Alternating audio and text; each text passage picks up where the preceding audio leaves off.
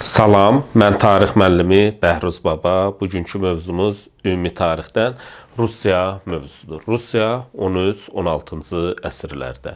Ruslar Şərq Slavyanlarındandılar. Şərq Slavyanlarının yaratdığı ilk dövlət isə Kiyev Rus dövləti idi. Kiyev Rus dövləti 9-cu əsrin sonlarında yaranmışdı.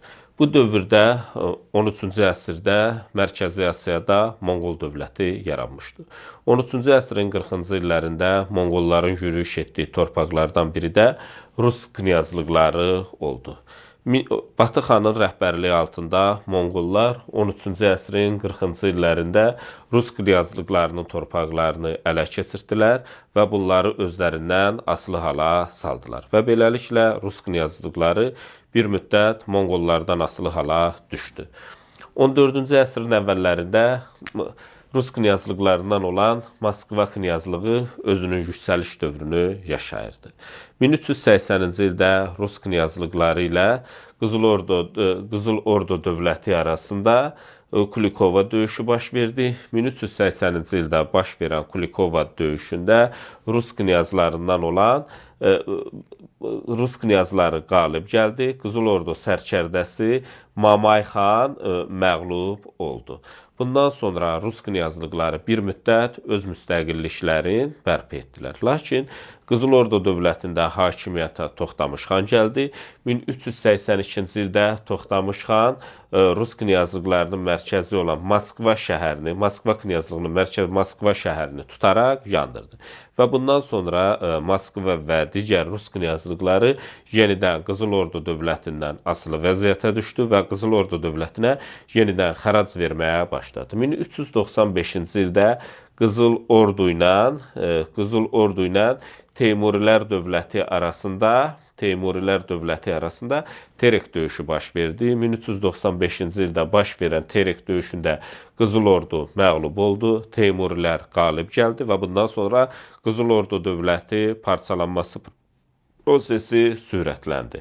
Artıq 15-ci əsrdə Qızıl Ordu Rus torpaqlarına hücumlara ara verdi. Bunun nəticəsində yenidən Moskvada şəhər həyatı yenidən yüksəldi. Moskva yenidən sənətkarlıq və iri ticarət mərkəzinə çevrildi. Və bu dövrdə Moskva artıq Rus ticarətinin qızğın ticarət mərkəzi hesab edilirdi. Ancaq bu dövrdə yenə də Moskva knyazlığı Qızıl Ordudan asılı idi. Rus knyazlıqları böyük knyaz titulu almaq uğrunda mübarizə aparırdılar. Bu dövrdə Moskva knyazlığı artıq Qızıl Ordu dövlətindən yarlıq, yəni torpaq sahəsi almışdı. Artıq Moskva knyazlığı gücləndikdən sonra Qızıl Ordu ilə hesablaşmır, vaxtında xərac vermirdi. Artıq Moskva knyazlığı işğallar yolu ilə öz ərazisini genişləndirirdi. 15-ci əsrin ikinci yarısında Moskva knyazlığında hakimiyyətdə 3-cü İvan olmuşdu. 3-cü İvanın Moskva knyazlığında hakimiyyəti 1462-1505-ci illəri əhatə edir. Artıq 3-cü İvanın dövründə Rus knyazlıqlarının Moskva knyazlığı ətrafında birləşməsi prosesi sürətləndi. Hətta 1475-ci ildə Moskva knyazı 3-cü İvan Ağqoyunlu sarayına da Qızıl Orduya qarşı mübarizə aparmaq üçün öz elçisini göndərmişdi. Lakin bu proses baş tutmamışdı. 15-ci əsrin ikinci yarısında Qızıl Ordu dövlətində hakimiyyətdə Əhməd xan idi. Əhməd xan qərara gəldi ki, Qızıl Ordu dövlətinin əvvəlki qüdrətini bərpa etsin. Qızıl Ordu dövlətinin əvvəlki qüdrətini bərpa etmək üçün 1480-ci ildə Moskva knyazlığı üzərinə yürüyüş etdi. Lakin bu hadisə tarixşünaslıqda Uqra görüşü kimi tanınır. Uqra görüşü 1480-ci ildə baş vermişdi. Əhməd xan Uqra çayının o biri sahilində Rus ordusunu gördü və Uqra çayını keçməyə cürət etmədi. Və bunun nəticəsində Uqra çayı sahilindən geri qayıtmağa məcbur oldu. Bundan sonra artıq Rus knyazlarının Qızıl Ordudan vassal asılılığına bir dəfəlik son qoyuldu. Və nəhayət 16-cı əsrin əvvəllərində Qızıl Ordu dövləti süqut etdi. 16-cı əsrin əvvəllərində Rus knyazlarının birləşməsi prosesi tamamilə başa çatdı. 16-cı əsrdə birinci yarısında 1533-cü ildə Rus knyazlığında hakimiyyətə 4-cü İvan Grozny gəlmişdi. 4-cü İvan Grozny'nin hakimiyyəti 1533-1584-cü illəri əhatə edir. O 1533-cü ildə böyük knyaz titulunu qəbul etdi. 1547-ci ildə isə ilk dəfə çar titulunu qəbul edən Rus hökmdarı oldu.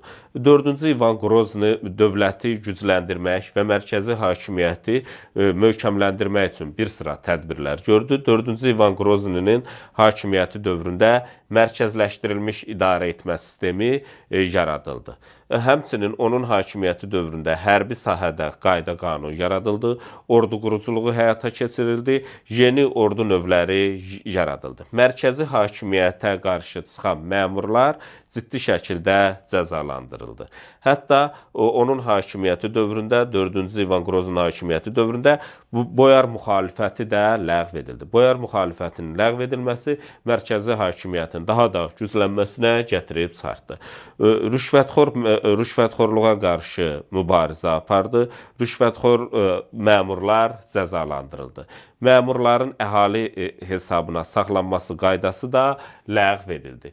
Bu dövrdə ingilislər tərəfindən 1555-ci ildə Moskva ticarət şirkəti yaradılmışdı. Moskva ticarət şirkətinin yaradılmasında məqsəd Şərq ölkələri və Rusiya ilə ticarət əlaqələri saxlamaqdan ibarət idi.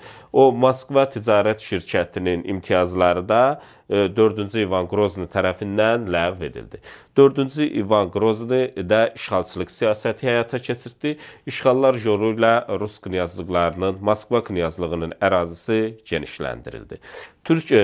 15-ci əsrin ikinci yarısında Qızıl Ordu dövlətinin parçalanması nəticəsində Qazan, Həştərxan, Sibir və Noqay orduları meydana gəlmişdi.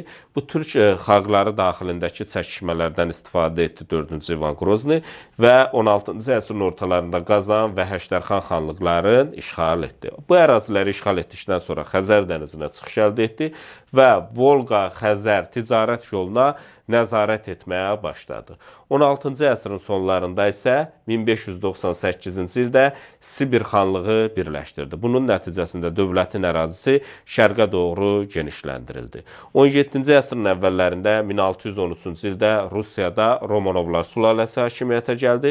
Rusiyada Romanovlar sülaləsinin hakimiyyəti 1613-cü ildən 1917-ci ilə qədər olan dövrü əhatə edir. Bu dərsimizlə bağlı bu qədər.